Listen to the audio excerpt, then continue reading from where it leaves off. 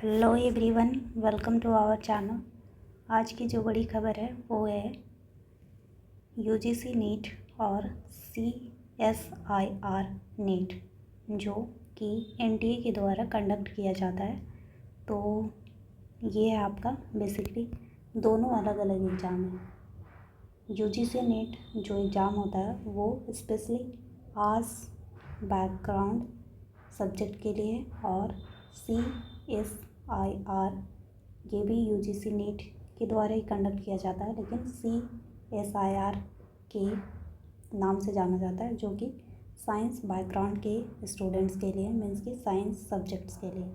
तो लोगों में हमेशा कन्फ्यूज़न रहता है। एनटीए जब यूजीसी नीट का फॉर्म आता है तो लोग साइंस वाले भी कंफ्यूज्ड हो जाते हैं कि मेरा भी सब्जेक्ट का आया हुआ है। तो ये बेसिकली पीएचडी, जीआरएफ और असिस्टेंट प्रोफेसर के लिए एग्ज़ाम कंडक्ट कराती है, जो कि यूजीसी नीट और सीएसआर नीट है।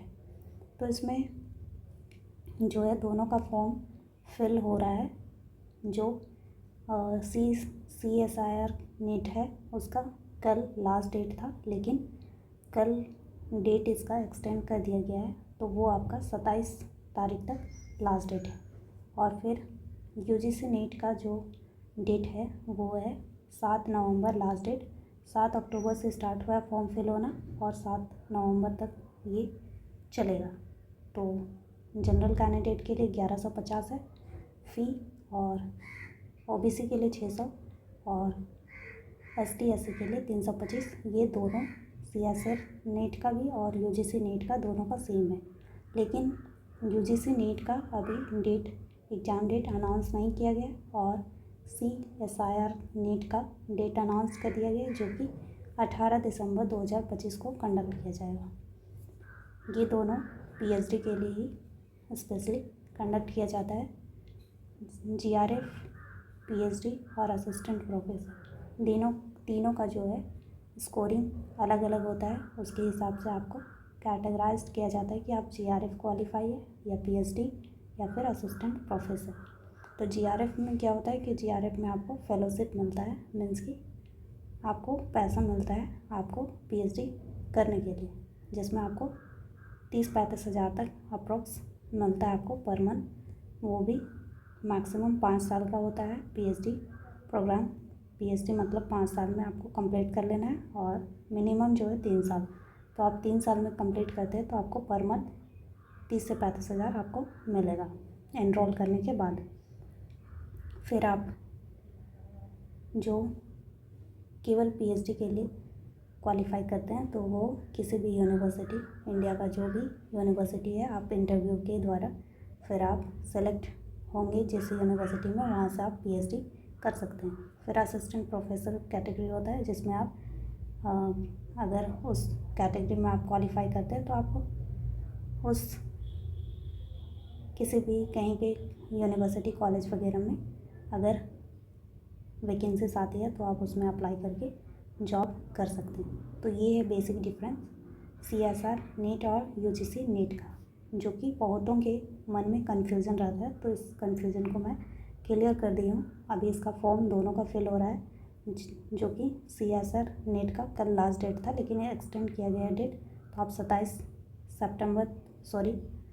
अक्टूबर तक लास्ट डेट है फॉर्म फिल करने का। जो भी किसी कारणवश फॉर्म नहीं फिल कर पाए थे तो आप फॉर्म को फिल कर सकते हैं। इसका डेट भी अनाउंस कर दिया गया, एग्ज़ाम डेट वो दिसंबर में होगा। यूजीसी नीट का अभी इसका फॉर्म पीछे आया, तो मे बी 18 दिसंबर के बाद ही कंडक्ट कराया जाएगा।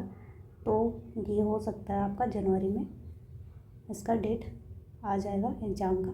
तो जितने भी कैंडिडेट मास्टर डिग्री किए हैं, अपीयरिंग वालों को भी मौका मिलता है, लेकिन अपीयरिंग वालों को अपने कॉलेज से एक सर्टिफिकेट अप्रूव कराना पड़ता है। उसके बाद आप इस फॉर्म को फिल कर सकते हैं। तो इसमें डॉक्यूमेंट अपलोड करना होता है, मार्कशीट वगैरह।